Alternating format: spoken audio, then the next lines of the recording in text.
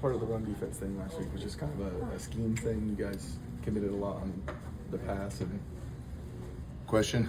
yeah, well, you know, Not my first one. Even with that, what do you think of the defensive? Yeah, I mean, obviously you lean in on the good with the sacks in the first half, and we certainly were committing some numbers to the pass game, but we have to be better fundamentally. That's the reality of it. There's some things we could have done to set better edges and to help restrict those things and give us a chance to pull some guys to play with a lighter box, and we feel like we got the players that can do that, and they have the pride to get some of those things off the tape that we had in week 1. Did you feel like they tried to test your edges more so than the middle?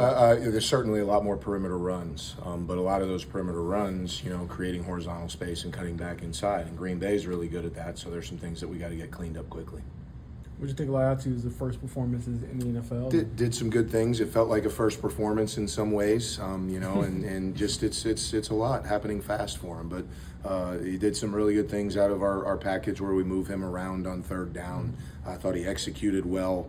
I thought the lights got bright and his get off got a little bit late. So I know this week just as simple get off will take a good leap.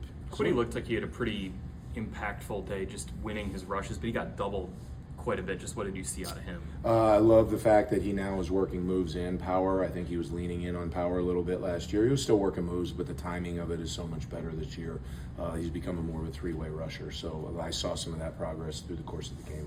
What are some of the things that go into the thought process of how you rotate, when you use guys? I mean, matchups, I guess, but sure. Are there some other factors? Some of it is matchup. Some of it is length of drive. When you start getting into, we tried to build this thing where we're able to have waves of guys that we have confidence in, and you start getting to 5th or 6th play of a series, you're going to try and find an opportunity to get the next group in, whomever that next group is. And then you're looking at play count through the course of the game. We had 82 plays.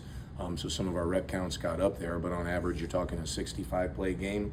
You're hoping you kind of have a target line at that point of mid-40s for Grove and Buck, and you're tracking that the whole. I mean, one of the first things we do at the end of every series is, okay, what's their total play count, and you start building for that fourth quarter rush when the game's going to be on the line. So all those things factor in every series.